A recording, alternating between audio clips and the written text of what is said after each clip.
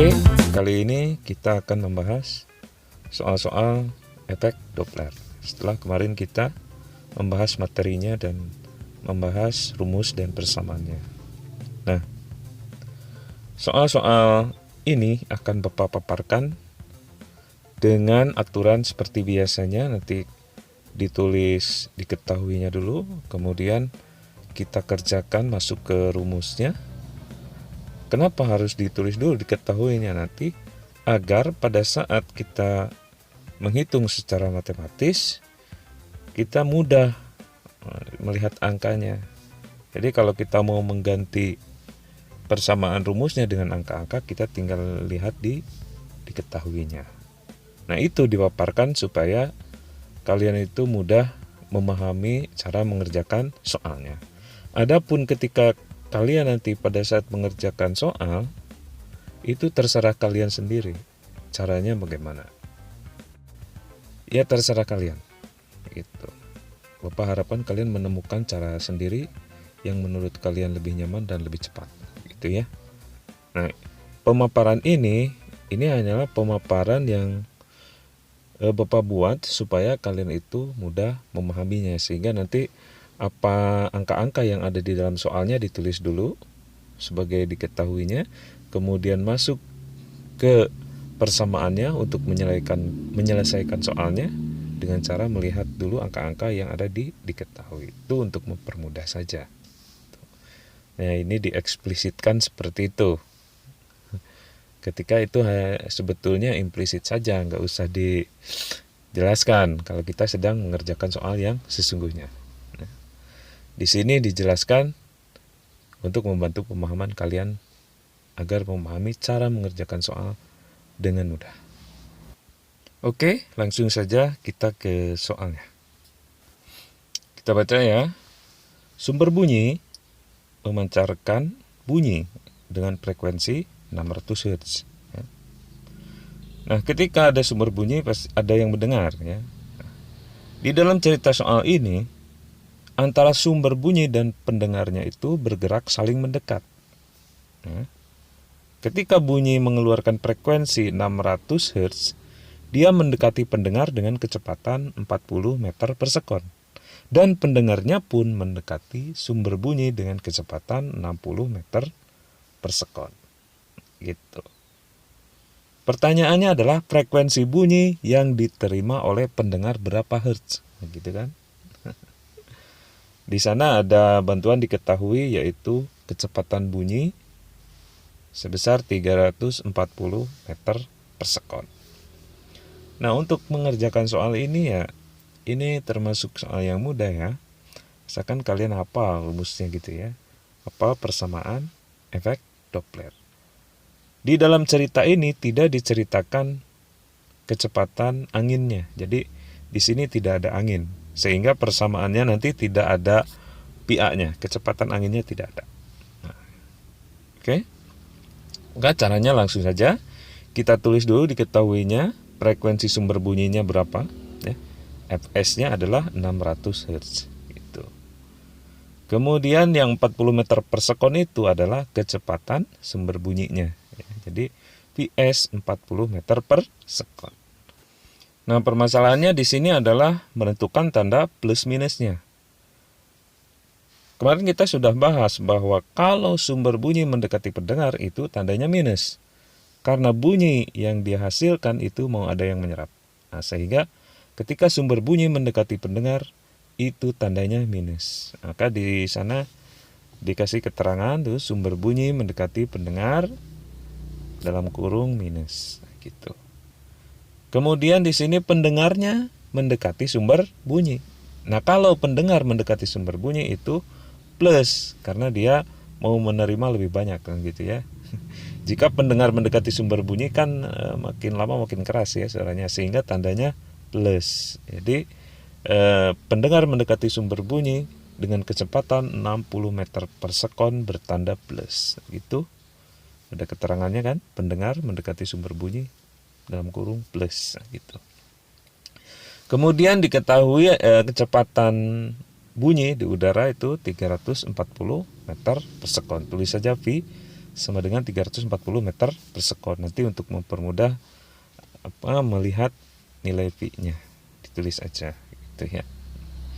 Nah, kita langsung masuk ke persamaan efek Dopplernya. Nah, kita masuk ke rumusnya ya. Karena yang ditanyakan itu adalah frekuensi bunyi yang terdengar, maka ini langsung ke persamaan Fp-nya. Ya. Jadi Fp sama dengan frekuensi pendengar sama dengan gitu kan, V ya, plus Pp, ya, Pp-nya plus. Jadi karena pendengar mendekati sumber bunyi, dikalikan Fs per ya, dibagi V min Ps. Nah, Ps-nya min karena sumber bunyi mendekati pendengar. Nah, itu rumusnya sudah jadi. Kemudian kita masukkan angka-angkanya. Nah, gitu. Pi-nya berapa? Tinggal lihat ke diketahuinya. Pi-nya adalah 340. Pi-nya berapa? Ya, tinggal lihat ke atas ya. Pi-nya adalah 60. Fs-nya berapa? Lihat ke atas ya, 600 Hz gitu, 600 gitu ya.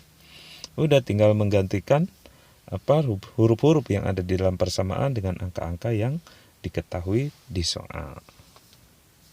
Sudah dimasukkan semua ya. Pi-nya 340, Ps-nya 40. Kita langsung hitung, matematisnya kita langsung jalan gitu ya. 340 tambah 60 kan 400. Nah, gitu, lihat hasilnya.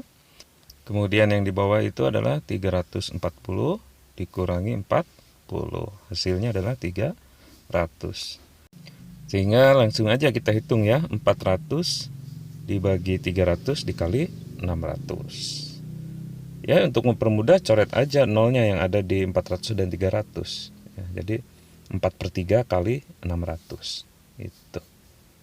600 kali 4/3 kan gitu. 600 kali 4 2400 dibagi 3 800 akan hasilnya.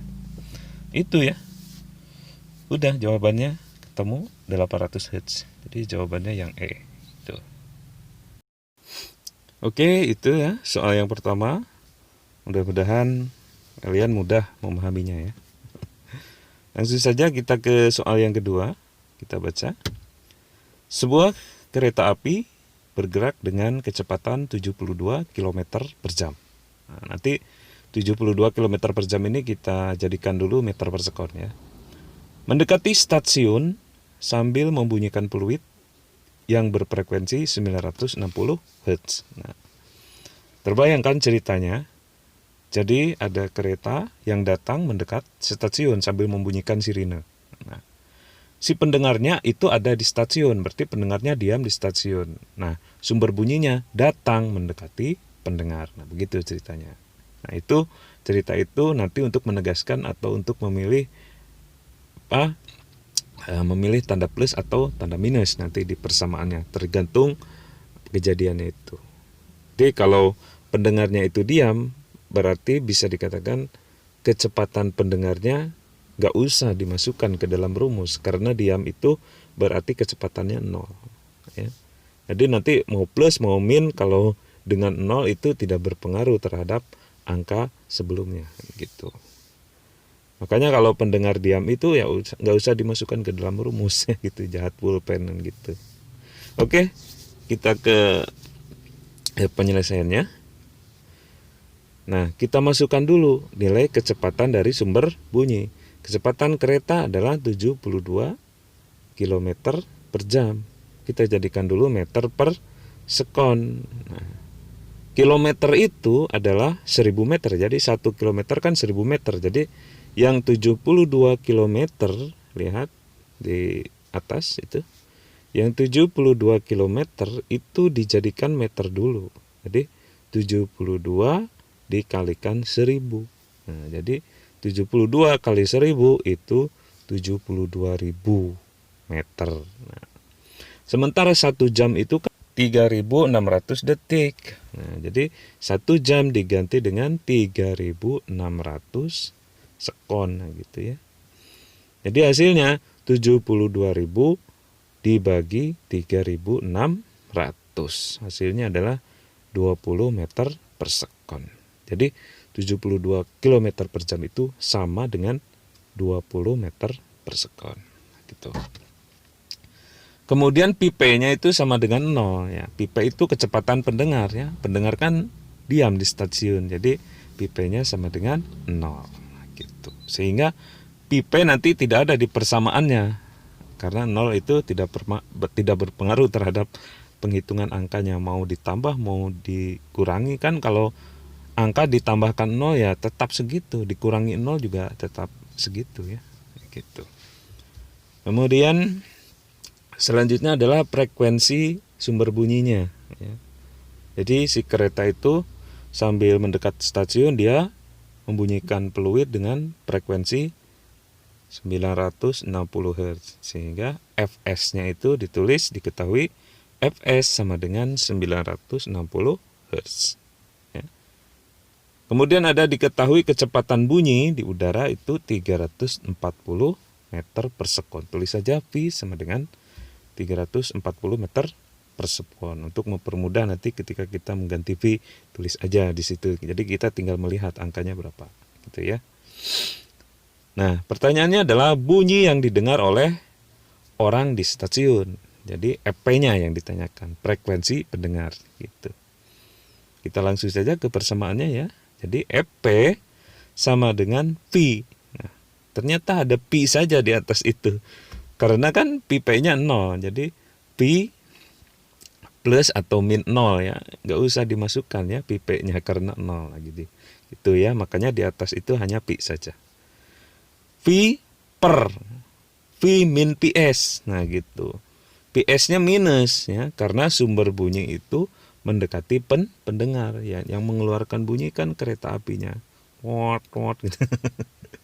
Mendekati pendengar di stasiun. Jadi kalau sumber bunyi mendekati pendengar kan minus ya. Makanya min PS tuh di bawah. V min PS. Jadi PS-nya minus. Nah, tuh, jadi persamaannya Fp sama dengan V dikalikan Fs per V min Vs. Nah, gitu ya.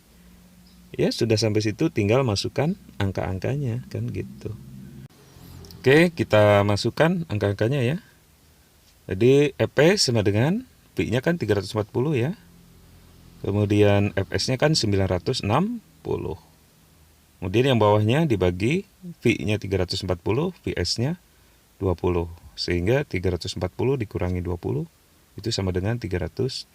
Jadi hasilnya 340 dibagi 320 dikali 960. Maka setelah dihitung, hasilnya adalah 1020 Hz. Itu adalah frekuensi yang terdengar oleh pendengar yang berada di stasiun. Jadi jawabannya 1020 Hz. Jawabannya B. Oke? Itu ya. Pembahasan 2 buah soal untuk kesempatan kali ini. Mudah-mudahan ini mudah kalian pahami. Nah, apabila belum paham juga atau ada yang mau menambahkan atau ada yang kurang setuju, bisa kalian japri lewat WA atau lewat Telegram, atau kalian komen di bawah video ini, atau kalian bisa komen juga langsung di Google Classroom-nya. Nah, itu dulu untuk kesempatan kali ini. Mudah-mudahan bermanfaat dan mudah-mudahan dimudahkan segala urusannya. Wassalamualaikum warahmatullahi wabarakatuh.